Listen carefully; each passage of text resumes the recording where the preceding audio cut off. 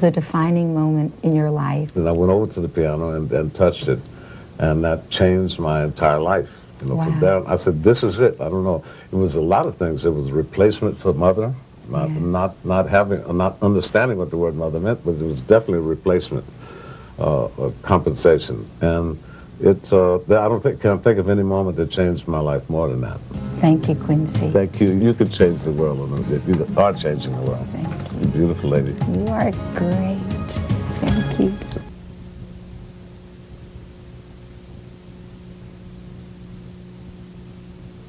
There are effective listening habits that we can teach children.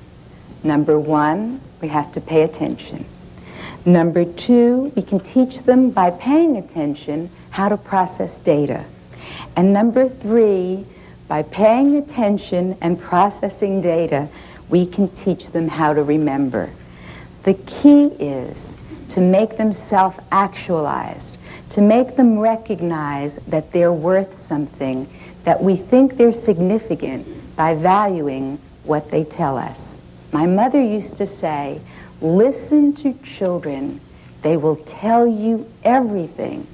But if you violate that rule of a safe environment, they won't tell you ever again. The friends who listen to us are the ones we move toward. When we are listened to, it creates us, it makes us unfold, and it makes us expand. Thank you for listening to me. How do I parent, my spouse's children? How do you put that together and make sense out of it? You're exactly right. Number one, children, of course, are sharing now this one parent and all that attention with another person, a new spouse, then perhaps other siblings. And then, of course, they feel a certain amount of guilt. Perhaps the divorce was their fault, they feel. They feel omnipotent. Maybe they can help put it back together. So a lot of trouble begins there, a lot of manipulation. Father or mother feels so guilty. They feel they'll lose their children. They may be weekend parents, so they're visiting parents. So now they don't get clear on rules and boundaries and new models because they don't want to lose the love of their children. So what we have to do is establish a new model with empathy. We have to have compassion and empathy for all the players in this new scenario. We have to sit down with this husband and wife first, the first unit, and say, the most important thing here is communication. We're trying to bridge new relationships. That's really building a new family. With us today, we have a very special guest who you may have seen before on ABC or CNN, Dr. Gail Gross. Thanks for being here. Thanks for having me. Appreciate it. Good morning. Early morning. Early, yes. But we're going to get some good advice from you this morning. Yes. Mom and Dad, how much should they monitor their children's TV watching of the news when you see images like September 11th? Yes, a lot.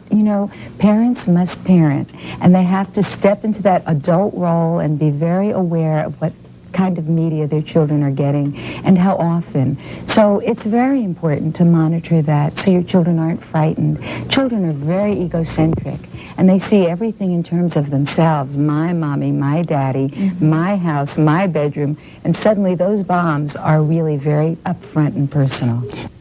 Dr. Gross, something else that we saw this year, a lot of folks rushed out to get married in the wake of the September 11th terrorist attack. And they've got to now strengthen that marriage as they move forward. Well, it's because of this need to connect and to get real, to be together. Suddenly, we are not so much in the external anymore. We realize that life is fragile, that we don't know what's around the corner. Now we're a country at war. So as we were in World War II, it seems that once again, people are getting married, engagements, are happening all over. My own son is engaged because people want to reconnect to something that's intimate, that's personal, and upfront and personal is really what's happening now.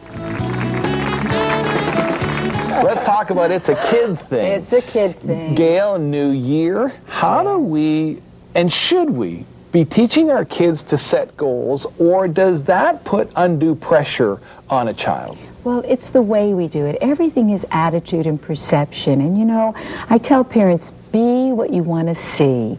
And what setting goals is really a process, a learning for life. It has all of the auxiliary things that come from it. You know, we learn responsibility, meeting the task, going the distance. So in fact, sports teaches that.